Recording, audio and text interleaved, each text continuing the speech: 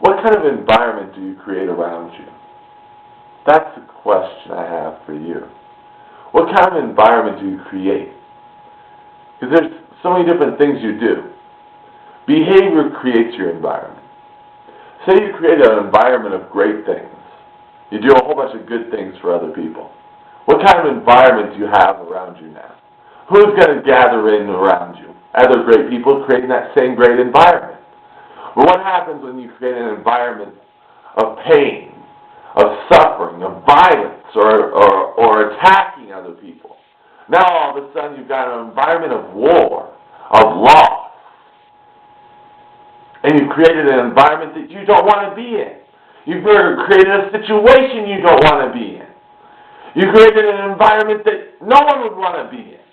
But what other environments can you create? You create an environment of love, where you love one another and treat each other with love and support and honesty. You can create an environment of glee, of happiness, where you're making other people happy and you're creating things of happiness. Now you create an environment of what? But what kind of environment do you create? Because your behavior and your actions and what you do, that's what creates your environment. And what kind of environment do you create? Because environment is not just for you. Because you see, the more of the environment of this or that or that or this, or whatever it might be, that you create, the more that environment is created by others, the more that environment is created by these people or by these people, it affects the overall environment of what? Everyone. So we can each do our part to create a good environment, whatever kind of good you choose. And what kind of environment do we have for the world? For everyone, including you. For each and every one.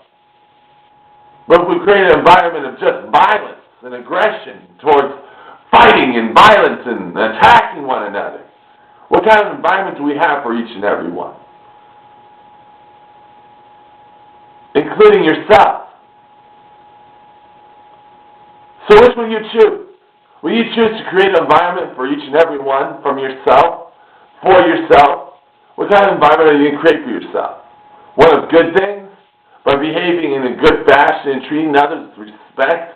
And by behaving and going out there and doing good deeds and helping other people or doing your job or working around the house or doing what you need to do to really create a positive environment? Or are you going to create a negative environment? Because there's so much out there that's creating a negative environment. A lot of the media is creating a negative environment, influencing more violence in the world.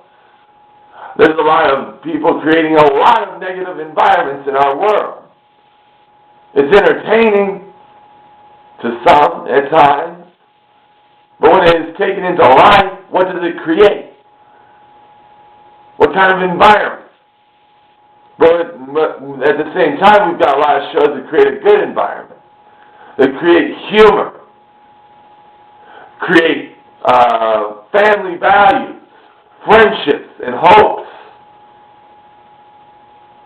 and inspirations to what could be, and open the imagination to the possibilities.